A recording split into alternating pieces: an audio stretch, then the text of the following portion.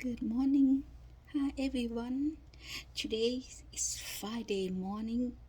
and I'm going to make breakfast for myself. It's gonna be very spicy. It's gonna uh, it's called spicy noodle. สวัสดีค่ะเพื่อนๆทุกคนวันนี้วันศุกร์ตอนเช้าแล้วนะคะ วันนี้กะจะมาทำยำมาม่าเป็นอาหารเช้าจากทานอะไรเผ็ดๆแล้วก็ทำเสร็จแล้วก็จะไปเผื่อเพื่อนฝรั่งด้วยค่ะมาเรามาทำกันเพื่อนๆวันนี้จะขอใช้มาม่าของเกาหลีนะคะคือว่าเราไม่ได้เตรียมอะไรไว้เลยตื่นเช้ามาหิวก็เลยอยากจะลองทำดูซึ่งเป็นครั้งแรกที่เราจะลองทำยำมาม่าแล้วส่วนผสมเราพวกเนื้อก็มีฮอทดอกแล้วก็ลูกชิ้นปลานะคะส่วนผักเราก็มีหอม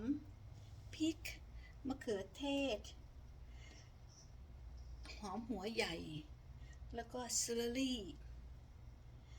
มะนาวก่อนอื่นเลยมาเรามาต้มน้ำเพื่อจะลวกเส้นแล้วก็ฮอทดอกมาค่ะเพื่อนๆก่อนอื่นเราลวกพวกเนื้อก่อนค่ะ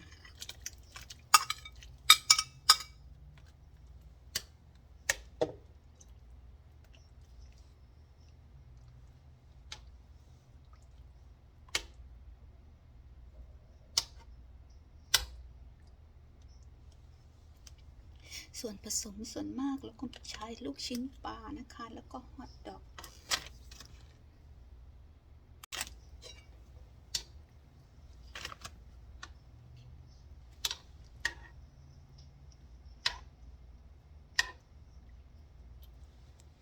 ลวกประมาณ5 นาทีนะคะเพื่อนๆ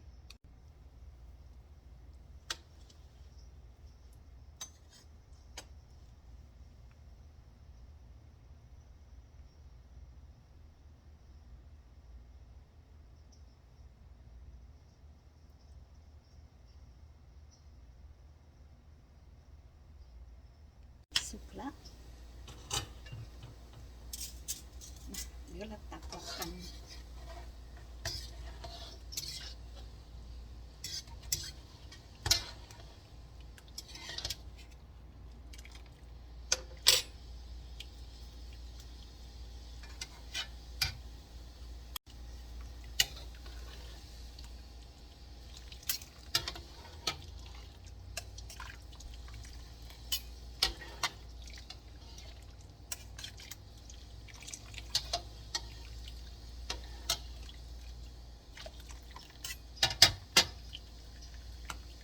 ทีนี้เราจะลวกมาม่ากัน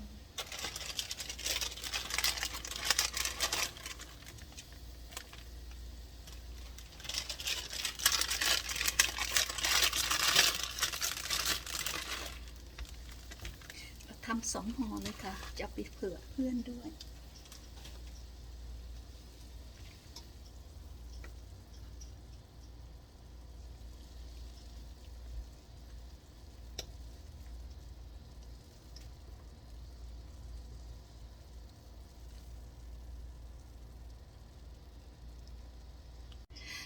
พอเพื่อนๆลวกเส้นสุกแล้วอย่าลืมเทน้ำเย็นลงไปนะคะเพื่อจะทำให้เส้นมันเหนียวนุ่มและไม่บวมขึ้นด้วยค่ะหรืออีกมีวิธีหนึ่งพอลวกเสร็จแล้วก็เอาไปล้างน้ำเย็นไปแช่น้ำเย็นนะคะ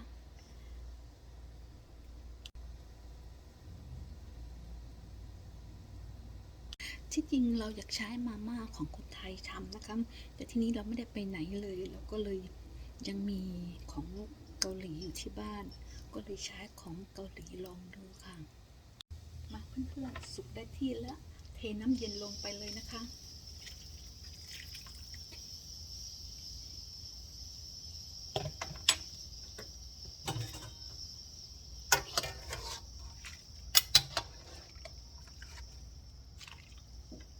เส้นจะได้นุ่ม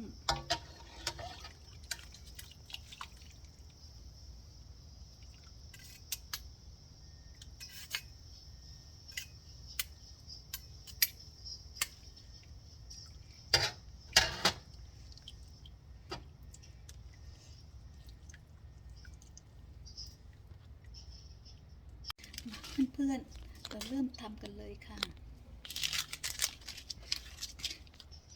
เราจะใช้ทุกอย่าง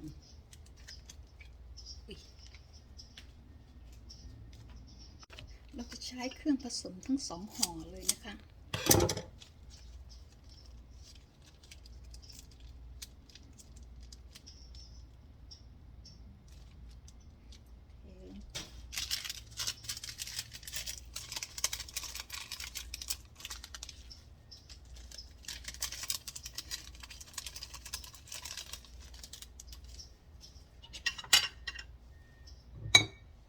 แล้วก็น้ำปลาประมาณ2 ช้อนนะคะ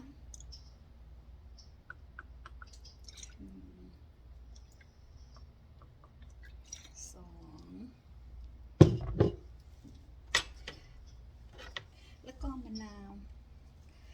ตอนนี้เราจะไม่บีบหมด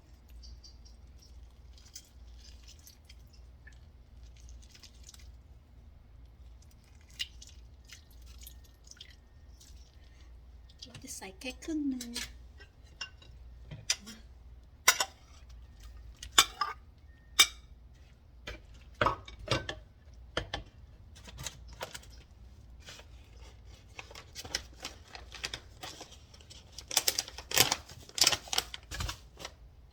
แล้วก็น้ำตาลมะพร้าวค่ะ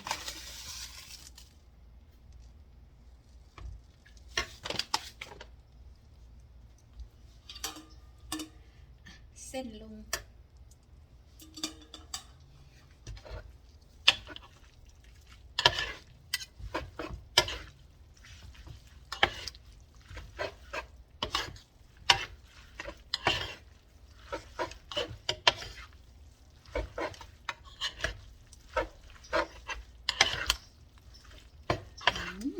น่าอร่อยมากค่ะ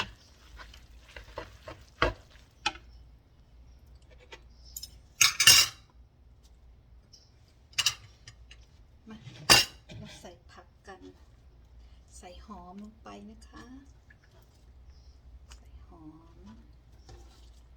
เซลลี่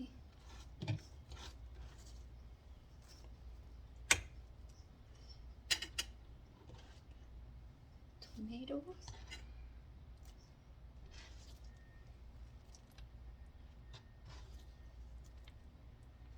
ส่วนพริกเราจะใส่ทีหลัง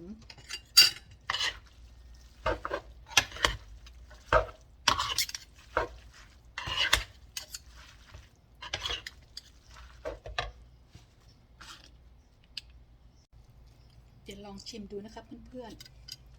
ๆว่าต้องเติมพริกหรือเปล่า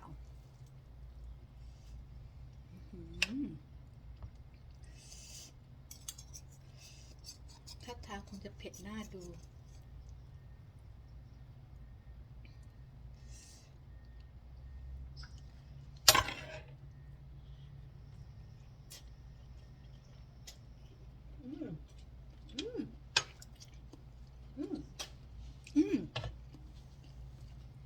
อร่อยมากค่ะเพื่อน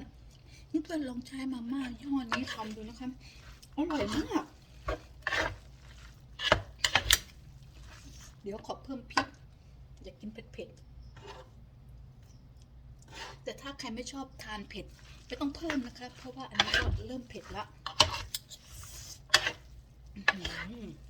สุดยอดค่ะบอกเลยว่าอร่อยอร่อยมากค่ะเพื่อนๆ